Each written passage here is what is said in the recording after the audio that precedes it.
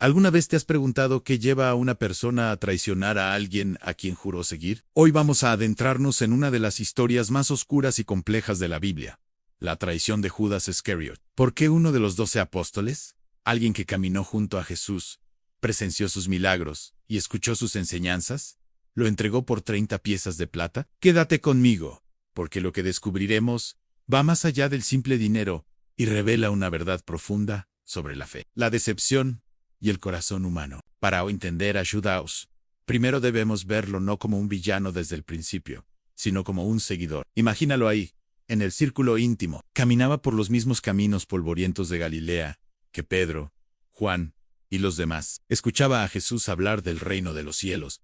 Veía cómo multiplicaba los panes y los peces. Y era testigo de cómo los enfermos se levantaban y andaban. Desde fuera, Judas era un discípulo más, uno de los elegidos. Formaba parte del equipo, e incluso tenía una posición de confianza.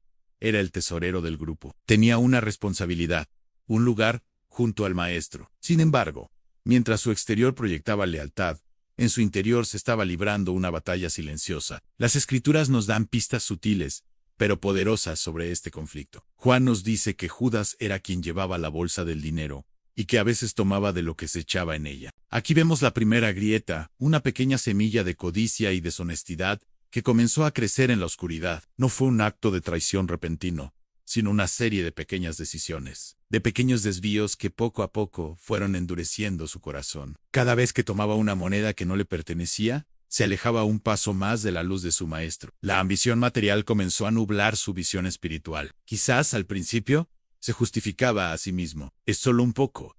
Lo necesito más que otros, o nadie se dará cuenta. Pero cada justificación era un ladrillo más en el muro que estaba construyendo entre él y Jesús. Esta lucha interna es algo que todos podemos entender. La tentación no siempre llega como un trueno. A menudo susurra. Nos tienta con pequeñas concesiones, hasta que nos encontramos muy lejos de donde empezamos. Pero la ambición no era el único demonio que atormentaba a Judas. Pensemos en sus expectativas. Como muchos judíos de su tiempo, es muy probable que Judas esperara un Mesías político, un libertador que derrocaría al opresivo imperio romano y restauraría la gloria de Israel. Vio el poder de Jesús, su capacidad para mover masas, sus milagros impresionantes. Seguramente pensó, este es el hombre que puede hacerlo. Este es nuestro rey guerrero. Pero Jesús hablaba de un reino que no es de este mundo. Hablaba de amar a los enemigos, de poner la otra mejilla, de servir en lugar de gobernar. Imagina la creciente desilusión de Judas. Cada sermón sobre la humildad y el sufrimiento era como agua fría sobre sus sueños de poder y gloria terrenal. Jesús no estaba cumpliendo con el papel que Judas había imaginado para él. Su decepción creció, alimentada por su propia impaciencia y su falta de comprensión sobre la verdadera misión de Cristo. Cuando María de Betania ungió los pies de Jesús con un perfume carísimo, la reacción de Judas fue reveladora. Protestó, diciendo que el dinero podría haberse dado a los pobres. A primera vista, parece una preocupación noble, pero el Evangelio de Juan nos aclara su verdadera intención. Lo dijo, no porque le importaran los pobres, sino porque era ladrón y quería el dinero para él en ese momento. La brecha entre él y Jesús se hizo insalvable. Vio lo que consideraba un desperdicio de recursos, mientras que Jesús vio un acto de amor y adoración profética, una preparación para su sepultura. Sus valores estaban en polos opuestos. Esa desilusión, mezclada con la codicia que ya anidaba en su corazón, creó el terreno perfecto para la traición. El resentimiento se convirtió en acción. Judas fue a los principales sacerdotes, los enemigos de Jesús, y les preguntó, ¿qué me queréis dar? Y yo os lo entregaré. Su pregunta lo dice todo. No fue una negociación compleja, fue una oferta directa. Su fe se había devaluado tanto que le puso un precio en 30 piezas de plata. El precio de un esclavo según la ley del Antiguo Testamento. ¡Qué trágica ironía! El hombre que había caminado con el Rey de Reyes lo vendió por el precio de un siervo. La noche de la última cena es el clímax de esta tensión espiritual. Jesús, sabiendo todo lo que iba a suceder, comparte la mesa con sus discípulos, incluido su traidor. Lava los pies de Judas, un acto de humildad y amor incondicional que debería haber quebrado el corazón más duro. Luego, anuncian de cierto os digo, que uno de vosotros me va a entregar. Imaginen la confusión y el miedo en la sala. Los discípulos se miran unos a otros, preguntándose quién podría ser. Jesús le da a Judas un último gesto de intimidad y oportunidad para el arrepentimiento.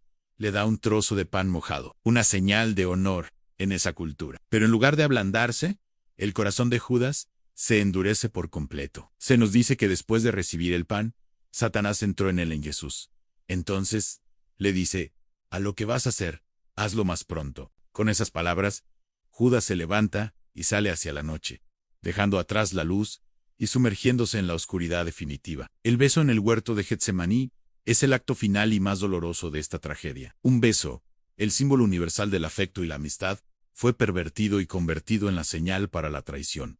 Al que yo besare, ese es, prende de él. Con ese gesto, Judas no solo entregó a Jesús a sus enemigos, sino que traicionó la confianza, la amistad y los años que habían compartido. La respuesta de Jesús es desgarradora, amigo. ¿A qué vienes? Incluso en ese momento, lo llama amigo, mostrando un amor que trasciende la traición más profunda. Después de la condena de Jesús, el peso de su acción aplastó a Judas. El remordimiento lo consumió. Intentó devolver las 30 piezas de plata, confesando han pecado, entregando sangre inocente. Pero ya era demasiado tarde. Los sacerdotes, indiferentes a su angustia, le respondieron, ¿qué nos importa a nosotros? Allah tú. Su desesperación fue tan grande que arrojó el dinero en el templo y, consumido por la culpa y sin esperanza de perdón, se quitó la vida. La historia de Judas es una advertencia solemne y atemporal. Nos enseña que estar cerca de Jesús físicamente no es garantía de tener un corazón entregado a Él. Podemos cantar en la iglesia, leer la Biblia, incluso servir en algún ministerio, pero si nuestro corazón está lleno de ambición secreta, resentimiento no resuelto, o una fe basada en nuestras propias expectativas, corremos el riesgo de alejarnos. Judas nos obliga a mirar dentro de nosotros mismos y preguntarnos, ¿por qué sigo a Jesús? ¿Lo sigo por lo que Él puede darme en este mundo? ¿O lo sigo por quién es Él? ¿Mi fe es genuina? ¿O es una fachada que esconde un corazón dividido? La diferencia entre Judas y Pedro, que también negó a Jesús, fue lo que hicieron después. Pedro lloró amargamente. Se arrepintió y aceptó el perdón y la restauración. Judas se hundió en la desesperación, sin buscar la misericordia que Jesús siempre ofrece. La lección final es que no importa cuán lejos nos hayamos desviado, la puerta al arrepentimiento y al perdón siempre está abierta mientras tengamos aliento. La tragedia de Judas no fue solo su traición, sino su incapacidad para creer que podía ser perdonado. La historia de Judas no está en la Biblia solo para que la juzguemos, sino para que nos examinemos. Nos recuerda que la fe es un viaje diario de rendición, de honestidad y de mantener nuestro corazón alineado con el de Cristo, no con nuestras propias ambiciones. Que su historia nos inspire a cuidar nuestro corazón, a confesar nuestras faltas rápidamente y a aferrarnos a la gracia que Jesús ofrece gratuitamente. Una gracia por la que Judas, trágicamente, no pudo o no quiso alcanzar. Gracias por acompañarme en esta reflexión profunda. Si este mensaje te ha tocado, compártelo con alguien que necesite escucharlo y suscríbete para más contenido que nos ayude a profundizar en nuestra fe. Nos vemos en el próximo video.